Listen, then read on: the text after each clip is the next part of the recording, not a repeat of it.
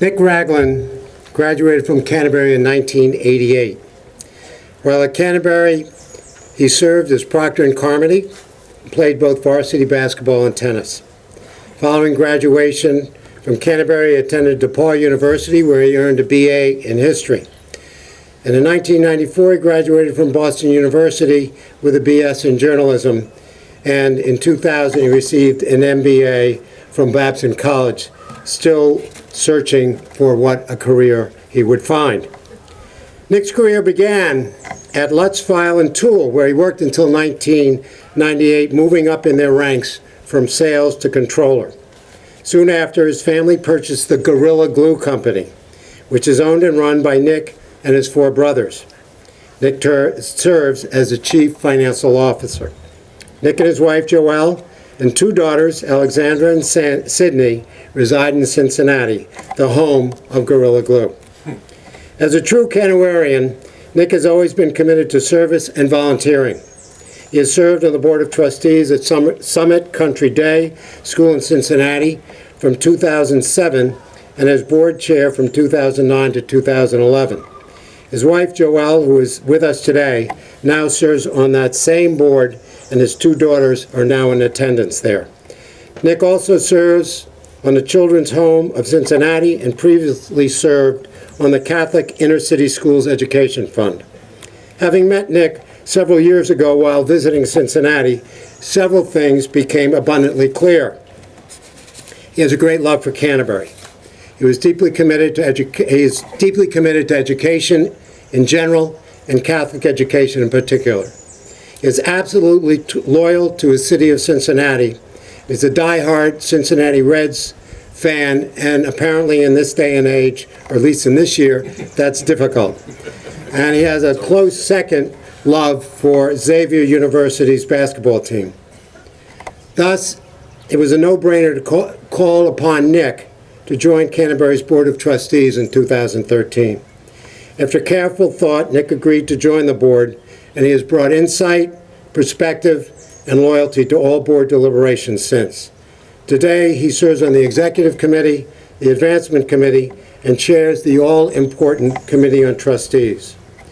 Last week, while visiting with Nick in Cincinnati, we were treated to a playoff lacrosse game between Summit and another tournament team. I was impressed by 2 things: the quality of the play, especially by Summit, and the respect and welcomes Nick received from so many spectators.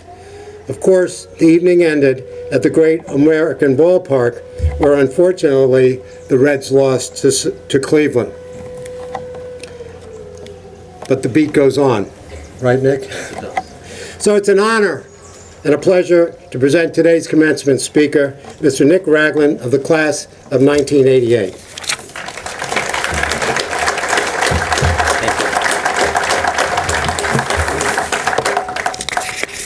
Good morning, everyone.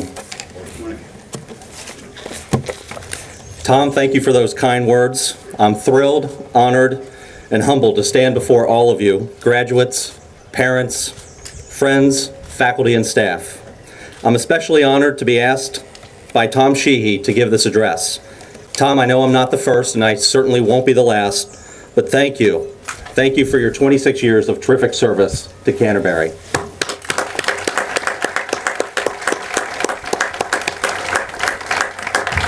But today is not about Tom. It's about the graduates. Graduates, congratulations on this important achievement in your life. Today marks an important milestone for all of you. You're an alum of Canterbury. 28 years ago, I was in your position, excited to graduate, sad to leave a comfortable yet challenging environment, and a little nervous about what was next. Was I ready to tackle the next challenges of my life? Was I prepared? The answer, thankfully, was a resounding yes. And I had Canterbury to thank for it. Like all of you, Canterbury gave me the foundation on which my success is built. Canterbury made me a better student, and more importantly, a better person. A few weeks ago, I was up here on campus for a trustee meeting. When my schedule permits, I try to get up here a little early to take in a class. This trip, I only had time for one class and ended up taking Foundations of Civilization Brian Kiefer's exciting third form history class. Right before class, Brian warned me. Nick, he said, these are third formers, 14 and 15-year-olds. It's the middle of May, and it's late Friday afternoon. These kids are going to act like knuckleheads. And to a certain extent, he was right.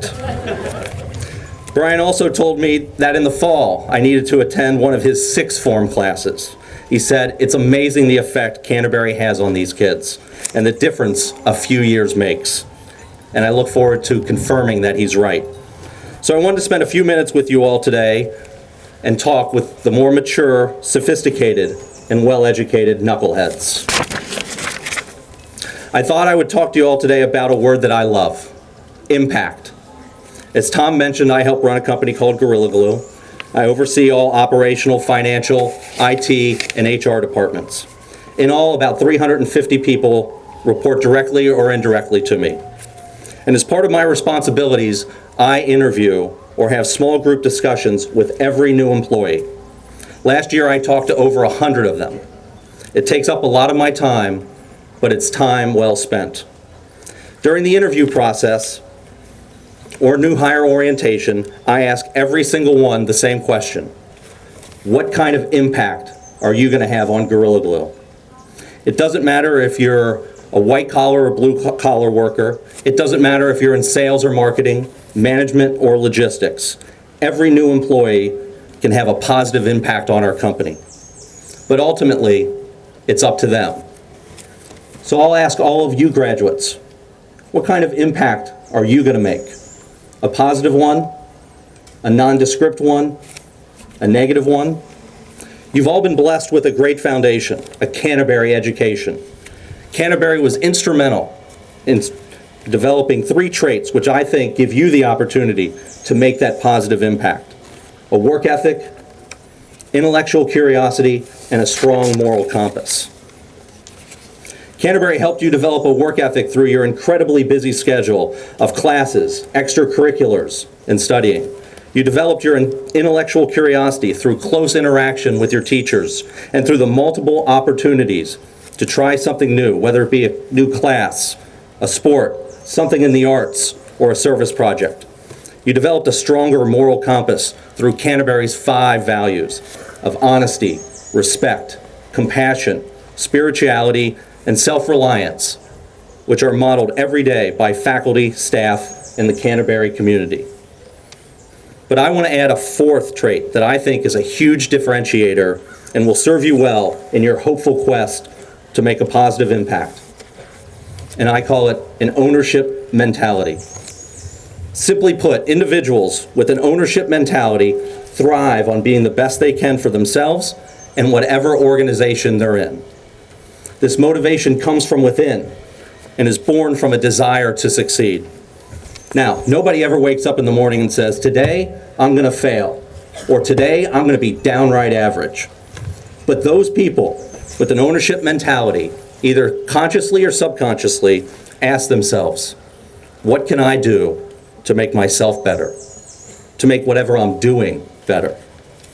One of the reasons I like the term ownership mentality is that it has the word own in it. If you have an ownership mentality, you will own your results. You will own your experiences. You will own your destiny. Think about the best teachers you've had at Canterbury. What kind of positive impact have they had on you? What separates them from others? I would bet they have an ownership mentality. They'll do whatever it takes to ensure that you learn, that you have success. Do they have high expectations for you? Are they accessible? Do they adapt to your learning style? Will they go out of their way to help you? Do they engage you in a way that allows you to best learn? The answers to these questions undoubtedly is yes. The great teachers, the ones with an ownership mentality, want to make their students better. They want to make Canterbury better. They want to make a positive impact. So I'll ask you graduates one final time, what kind of impact will you make? Your next step is college. What kind of impact will you make at Notre Dame, UConn, Yale, NYU, Syracuse, and all the other fine schools you'll be attending. Will you make your college or university a better place? If you have an ownership mentality, you will. Don't just go to class because it's what you're supposed to do. Be an active participant in learning. Own your results. If you get a C, it's your C. If you get an A, it's your A. Having an ownership mentality in college will also mandate that you be more engaged in student life.